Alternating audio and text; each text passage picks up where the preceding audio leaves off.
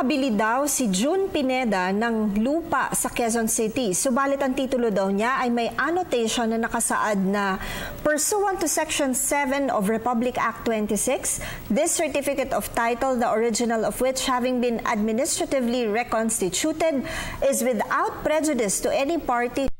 Interest in the property was duly noted on said duplicate on the time it was lost or destroyed.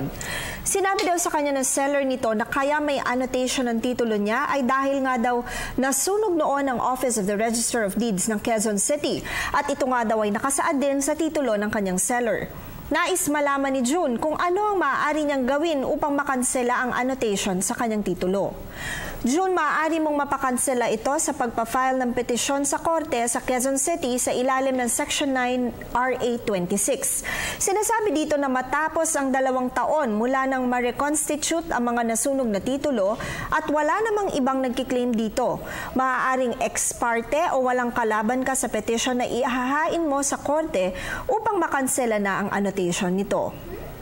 Tandaan ang aming opinyon ay limitado lamang sa mga impormasyong inyong ibinigay sa amin at maaari itong mag-iba depende pa sa karagdagang detalye.